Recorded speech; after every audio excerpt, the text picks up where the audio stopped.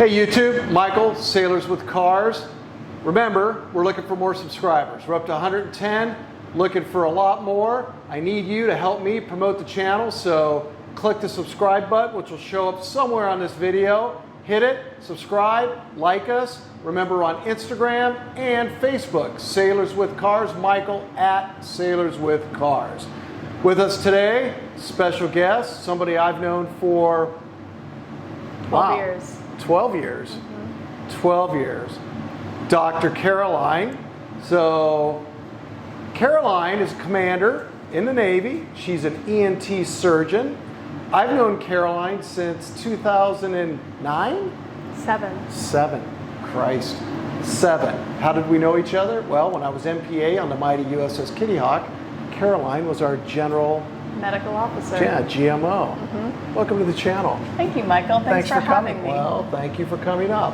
So Caroline, of course it is Sailors with Cars. Yes. And you are a sailor. Yes. Talk us a little bit about being a surgeon in the Navy. So when I knew Michael, I was a general medical officer of primary care. And then the Kitty Hawk went to the West Coast to decommission. And on the way, I got off in San Diego and did my residency in San Diego. Went to Japan again. Went back to Silicon Valley. So residency, how long? 5 years. 5 years. Yeah, so 5 years. Big chunk of time. 5 years of my active duty career has been training to be an ear, nose, and throat surgeon. So then I went to Silicon Valley for civilian fellowship training while still being paid by the Navy.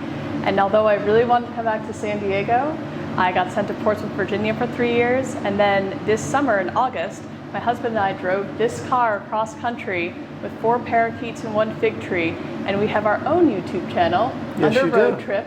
And you can look up Tesla cross country road trip. So there are a lot of them. So that's a first channel cross-pollination. Cross-pollination, yes. Yeah. Sailors with Cars and your channel. You know, we'll take what we could get because I'm all about the first on the channels. And of course, what we have to throw out here is my wife Stacy, of course, your husband Mark, our brother and sister. That's the other connection here. So it's a big family thing going on. Yeah. So Caroline, what have you brought us?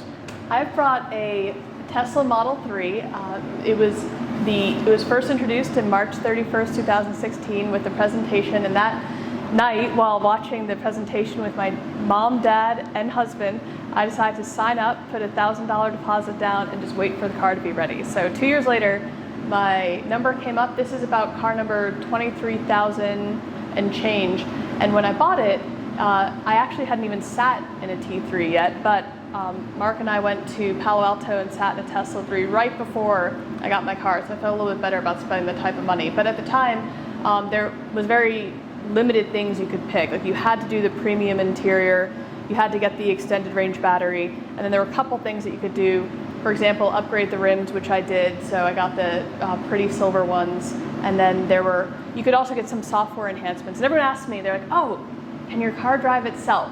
And my husband and I were like, well, you know, that technology isn't quite ready for prime time. 2 people have died using it. So I do not have any of the enhanced software packages. But they could download that at any time, yeah? Yes, yeah. So when I bought it, it was like for $5,000 you could get the enhanced autonomous mode, but you can get it for $6,000, at least then. I haven't looked at it lately, and you could use it then. We actually got a free 2-week trial to use it, and it was cool, but not ready for prime time. Like I'm okay not owning it. For example, I thought it was completely autonomous, so the car was driving itself up to a stoplight, and I thought it would recognize the stoplight and stop, and it actually kind of like accelerated towards it. But I was paying attention, so I stopped.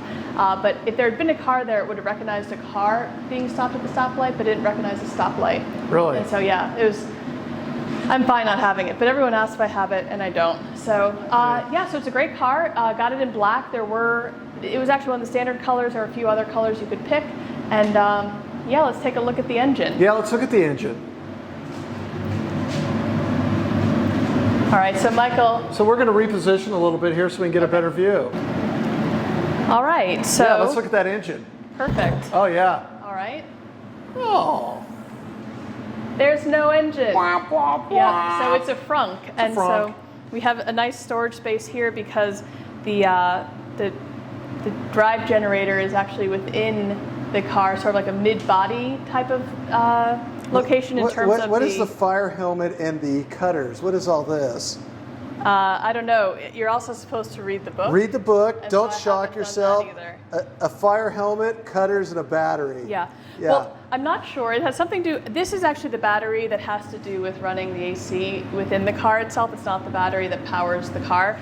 The only thing I have to ever replace in terms of fluid is actually right here is the windshield wiper fluid, and that's it. There's no oil changes or anything like that.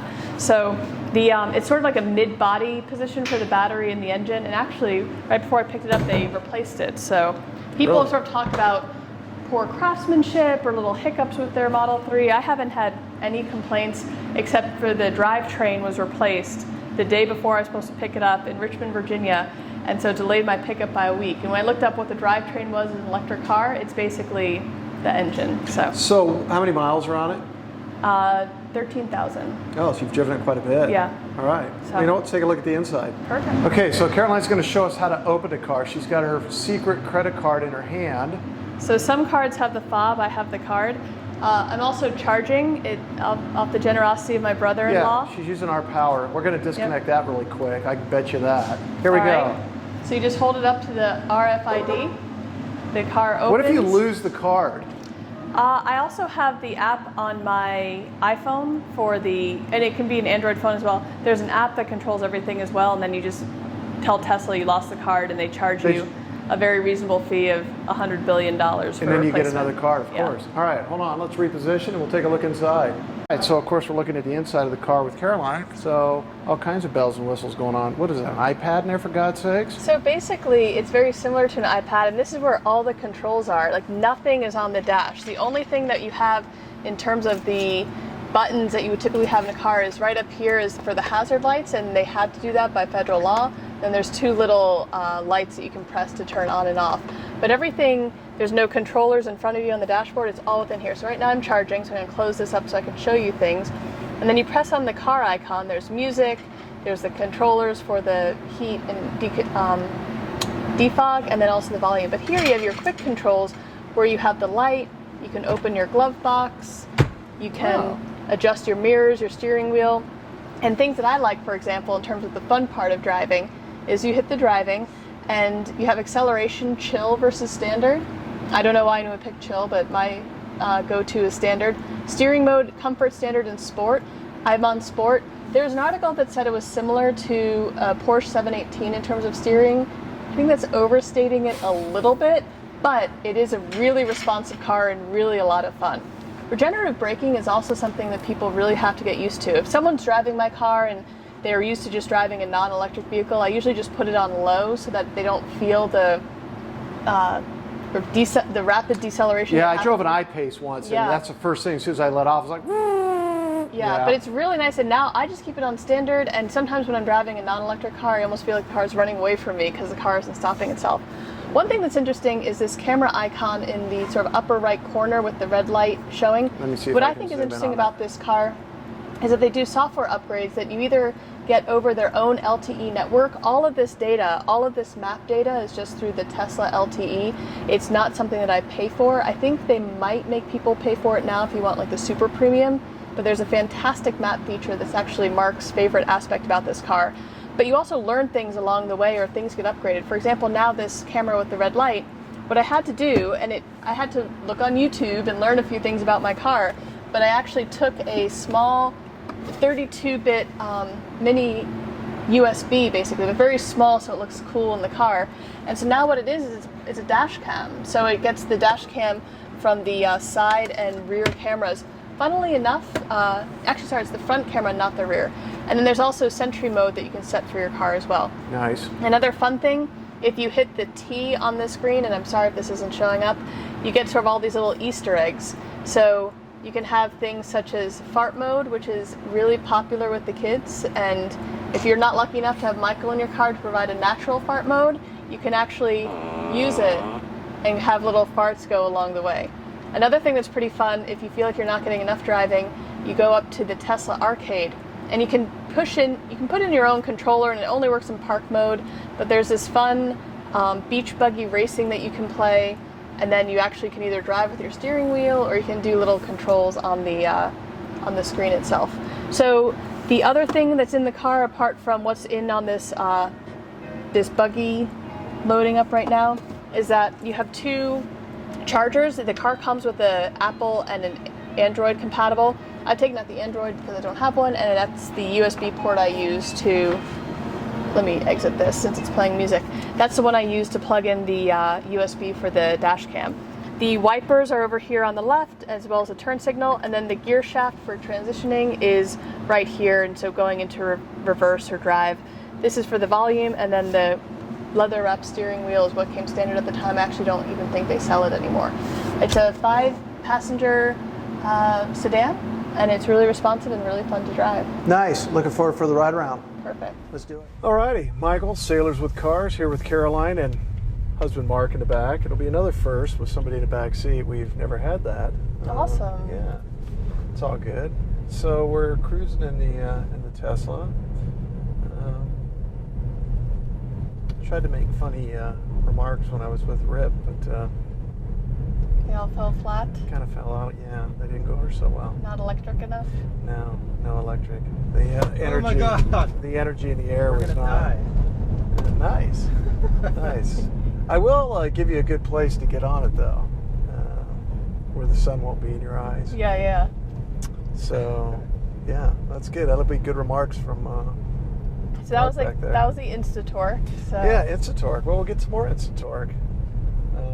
So I always tell the story of when I was interviewing the guy with the 900 horsepower El Camino, and we got down the road here and he laid into it. But not that this car doesn't have any torque, but when you got 900 horsepower and an El So Camino, loud. I pretty much shat myself while we were doing the ride along because I was not ready for that. And then he did the. Then when he told me we were getting ready, I'm like, well, really? Do we ever get ready for this? Yeah. Because I don't think so.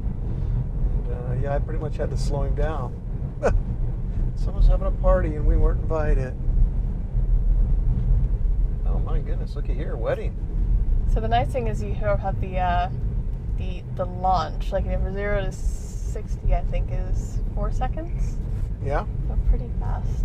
Yeah. Well, you gotta love the all-electric car because it's all torque all the time. We couldn't really do that with the Rips when we did it because there wasn't. We did it down in T-Town and there wasn't much to go around and do. Oh yeah. But This is beautiful. The golden hour is incredible here. Yeah, you get a.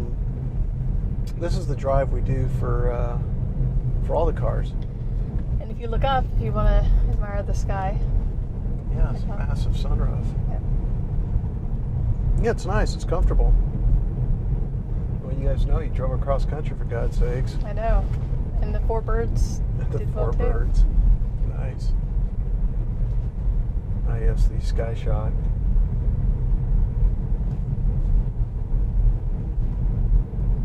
Yeah, it's got a nice display on it. Yeah, the map is really pretty stellar. And it gives you directions that are pretty close to accuracy of Google, both in terms of giving you the right directions and also mapping you so that you avoid the traffic. There's a So it traffic on doesn't- the main route. It doesn't use reroute you. Google. It uses its own program. Honestly, I'm not. Mark, in the back. Yeah, we I don't know. We don't know. We don't Yeah. know what it uses. I bet it does. It probably does. I just but always assume that. Oh, this Yeah. is Lake Jennings over here, by the way. Oh, got it.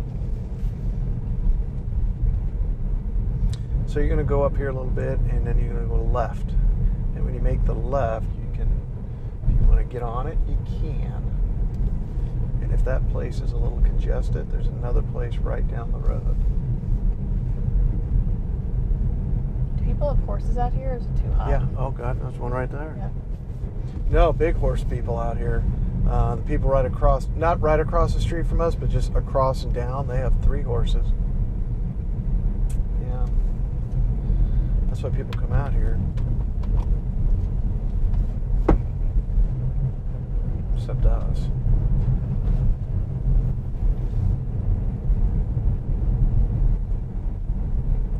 Yeah, it's just quiet. So quiet.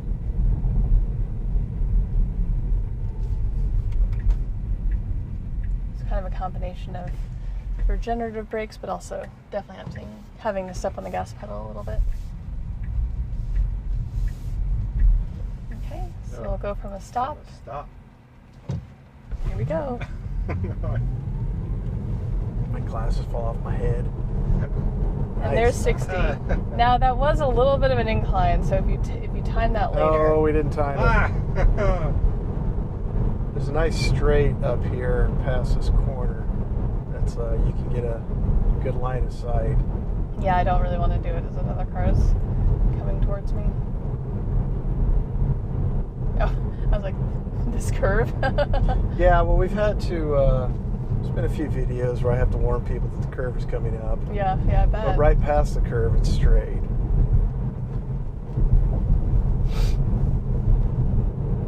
Like right here. Nice. Get on her. You're all good in here. There you go. Nice. Yeah, that's about all I want to do on a 2-lane road. But it is really fun. It's super smooth. Yeah, it's nice. On the highway, pretty easy to go at about 80. And the fastest we've gone is 100, just to hit it for a little bit. Yeah, and how's it ride? Oh, beautifully, Good. yeah. So, where do you take a Tesla for repairs? You don't take it to a dealership, no? Bless you. I totally want to sneeze off camera so you wouldn't like slow that down in slow motion. So you schedule the servicing through a Tesla store, and they have a Tesla shop attached to it, but there's not any certain timing that they have. I think initially they were saying you should come in every year, but now they're just like, call if there's a problem.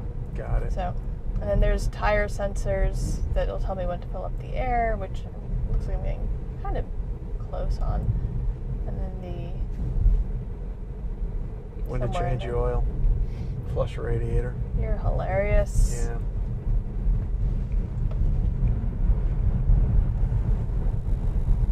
Nice. Yeah, it's good. So the motors are where? Front and back? Front only? Back only? It's rear-wheel drive. Rear-wheel drive. Yeah. I like that. They do have all-wheel drive available now. At the time, it was just rear-wheel drive, and Yeah, it's probably good enough. being in San Diego, I don't need the all-wheel drive. Yeah, we need that for. Well, cool. Thanks for the ride along. Thanks for bringing it up. Appreciate it. You're very welcome. Yeah, it's on. Oh, you're on. Yeah, I just started. Outtakes, Yeah. outtakes, nothing more like outtakes. All right, YouTube, we're back in the garage. We took Caroline's car out for a drive. Fast acceleration, handles great, sounds great. It's got an exhaust system like you can't believe. Just kidding, no exhaust sound. Silence is golden. Silence is golden. All right, well, anyhow, it was fun riding around with her. Thanks for coming on the channel. Thank you for having me, Michael. Oh, you're welcome. And of course, the Sailors with Cars cover. I love it. Perfect. All righty, so 2 electric cars we've done on a roll. YouTube, remember, subscribe to the channel. Hit me up, Michael at SailorswithCars, so that we can get more interviews in. Facebook, Instagram. You know the drill. Hit it, we'll interview it, and we'll get it on air. See you next time. Bye.